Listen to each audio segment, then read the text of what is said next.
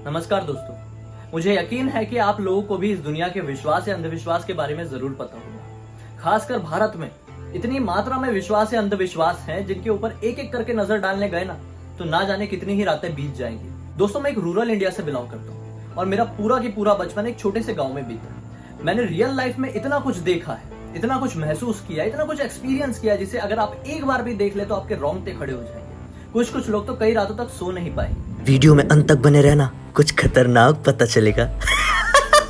मैंने आए दिन और खासकर नवरात्रों के समय में किसी के शरीर में माता या भगवान आते हुए देखा है। जब किसी के शरीर में गांव में माता या भगवान आते हैं तो अपने जीभ में कपूर जला लेते हैं। 20-20 फीट लंबे त्रिशूल अपने गाल के आर पार करवा देते हैं। 10-10 फीट लंबी तलवारें अपने जीभ के आर पार करवा देते हैं। और हैरानी वाली बात तो यह है, उन्हें कुछ होता भी नहीं। ये किस तरह का विश्वास या अंधविश्वास है? ये किस तरह की शक्तियां उसके अंदर आ जाती है कि उसे कुछ भी नहीं होता है? हैरान कर देने वाली बात है ना। और वहीं दूसरी तरफ मैंने ऐसे लोगों को भी देखा है कि किसी के शरीर में अगर शैतान आ जाता है तो उसकी हालत इतनी खस्ता, इतनी ज्यादा खतरनाक, इतनी ज्यादा डरावनी हो जाती है कि कुछ लोग उसे देख भी नहीं पाते हैं। कभी कभी तो वो अपने बिस्तर से उठने की ताकत भी नहीं रखता है और कुछ ही दिन में उसकी मौत हो जाती है। तो क्या सच में किसी के अंदर भगवान या शैतान आ सकता है? सोचने वाली बात है। दूसरी तरफ हमारा साइंस ये कहता है कि ऐसा पॉसिबल नहीं है। साइंस कभी कभी इसे स्प्लिट पर्सनालिटी डिसऑर्डर का भी नाम देता है। स्प्लिट पर्सनालिटी डिसऑर्डर मतलब ये होता है कि एक इंसान दोहरी जिंदगी जीने लगता है। अगर हम पहले टॉपिक पर डिस्कस करें, मतलब कि किसी के शरीर में माता या भगवान आना, तो ऐसा इसलिए होता है अगर कोई भी इंसान किसी भगवान या माता के बारे में ज्यादा अमाउंट में, ज्यादा मात्रा में उसका नाम सुन लेता है, ज्यादा उसके भजन कीर्तन या आरती कर लेता है, तो वो इंसान खुद को भगवान समझने लगता है। ऐसे इंसानों का मन, दिल और दिमाग बहुत ही कमजोर होता है। वो इंसान बचपन से ही उस भगवान के बारे में बहुत ज्यादा सुना होता है। वो जब भी उस भगवान की कहानी सुनता है तो उसे ऐसा लगने लगता है कि सब कुछ उसी के साथ बीता है और वो इंसान उसी भगवान की जिंदगी मन ही मन में अपने बचपन से जीने लगता है। उसके सबकॉन्शियस माइंड में बचपन से ही ये फीड होने लगता है कि वो सारी जिंदगी वो खुद ही जी चुका है और इसीलिए फिर कभी भी बड़े होकर उस भगवान का वो नाम बार बार सुनता है, आरती सुनता है, भजन सुनता है, तो उस इंसान को ऐसा लगता है कि उसके अंदर मौजूद भगवान को याद किया जा रहा है और इसी वजह से उसके अंदर का दोहरी जिंदगी वाला भगवान बाहर आ जाता है और सभी लोग उसके सामने माथा टेकते हैं, नाक रगड़ते हैं, पूजा पाठ करते हैं, अपनी मनोकामनाएं भी मांगते हैं। मैं किसी की भी भावनाओं को ठेस नहीं पहुंचाना चाहता, लेकिन एक बार आप ये खुद सोच के देखिए, वो भगवान जिसने इस दुनिया को बनाया है, जिसने इंसानों को बनाया है, जिसने इस घोर कलयुग को बनाया है, वो किसी इंसान के अंदर आ सकता है? किसी पापी इंसान के अंदर आ सकता है? जी हाँ दोस्तों, आज की दुनिया में सभी पापी हैं। आप भी, मैं भी, ये पूरी दुनिया। एक समय जरूर होता था सतयुग का जहाँ कोई पाप नहीं करता था, लेकिन अब वो समय नहीं रहा। भगवान इतनी जल्दी किसी के शरीर में नहीं आ सकते। अरे शरीर में आना तो छोड़ो, किसी को दर्शन भी नहीं दे सकते। कई बार तो सपने में भी कुछ लोग भगवान को क्लियर नहीं देख पाते हैं। और अगर दूसरी चीज हम देखें तो क्या शैतान के पास सचमुच इतनी ताकत है कि वो भगवान की बनाई हुई इंसानियत के अंदर आकर उसे पजेस कर उसके शरीर में से उसकी जान लेकर चले जाए?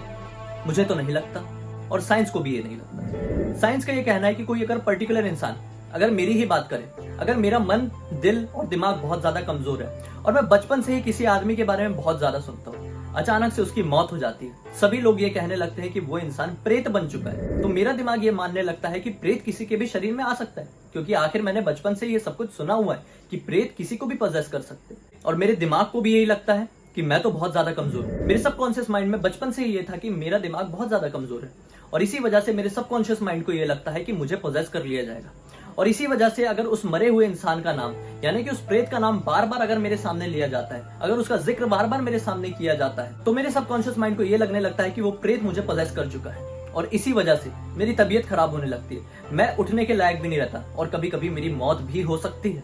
पॉसिबल है। साइंस ये कहता है कि इंसानी दिमाग में इतनी ज्यादा ताकत है कि कोई इंसान बिना किसी चीज को हाथ लगाए भी उसे उठा सकता है। इतनी ज्यादा ताकत है, सोच कर देखिए। साइंस ये कहता है कि अगर दिमाग कमजोर हो तो अच्छा हंसता खेलता इंसान भी रातों रात मर सकता है। तभी तो पुराने जमाने में बड़े बड़े ऋषि मुनि इच्छा मृत्यु ले सकते थे। जी हाँ दोस्तों, सिर्फ और सिर्फ दिमाग के कारण। आप में से बहुत सारे लोग ये कह रहे होंगे कि कहां से ऋषि मुनि की बातें ले आया। अगर हम अभी के जमाने की बात करें तो हमारे सामने एक बहुत ही बड़ा एग्जांपल है the great scientist Stephen Hawkings का।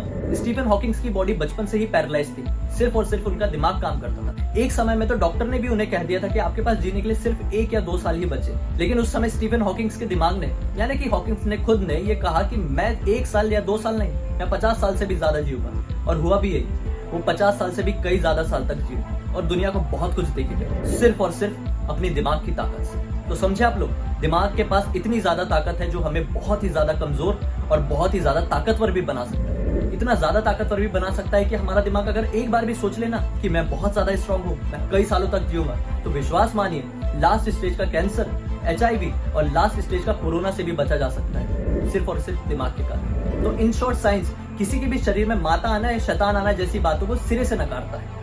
लेकिन अगर हम आपकी और हमारी जोन पर बात करें तो मैं आप लोगों को बताना चाहता हूँ एक बहुत ही फेमस किस्सा। ये फेमस किस्सा है एक मंदिर का।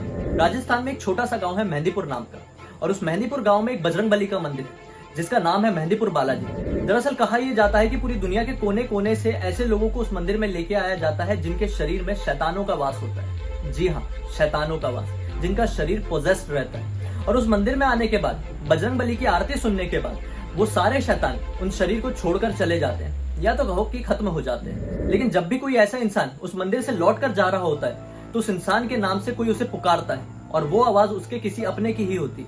और अगर वो इंसान ने पलटकर पीछे देख लिया मंदिर की तरफ, तो वो शैतान उसके शरीर में फिर से वापस आ जाता है। ये किस्सा पूरी दुनिया में प्रख्यात है। सिर्फ मेहंदीपुर बालाजी ही नहीं, ना जाने ऐसे कितने मंदिर है पूरी दुनिया में, पूरे भारत में, जिसे सुनकर आप लोग हैरान हो जाएंगे। साइंस भी यहाँ फेल हो जाता है। मैंने आपको दोनों ही तथ्य बताए, मुझे नहीं पता कि सच्चाई क्या है, लेकिन हाँ, मैं इतना जानता हूँ कि शैतान है तो भगवान भी है। आप लोगों को क्या लगता है, क्या सचमुच ऐसा हो सकता है? किसी के शरीर में भगवान या शैतान आ सकता है? कमेंट सेक्शन में अपनी राय देना मत भूलिए। और हाँ, इस वीडियो को ज्यादा से ज्यादा लोगों के साथ शेयर कीजिए ताकि लोगों को दुनिया के हर एक राज के बारे में पता चल सके। और मेरे इस चैनल को अभी के अभी सब्सक्राइब कर दीजिए, क्योंकि मैं हर रात 8:30 बजे इसी तरह के कमाल के वीडियोस आप लोगों के पास लेकर आता हूँ, जिससे मैं आप लोगों को जागरूक और सतर्क कर सकूं। अगर अभी तक आप लोगों ने मेरा चैनल सब्सक्राइब नहीं किया है तो कर दीजिए, बेल आइकन को दबाना मत भूलिए, ताकि मैं जब भी नई वीडियो लाऊं तो आपको उनकी नोटिफिकेशन मिल जाए। धन्यवाद।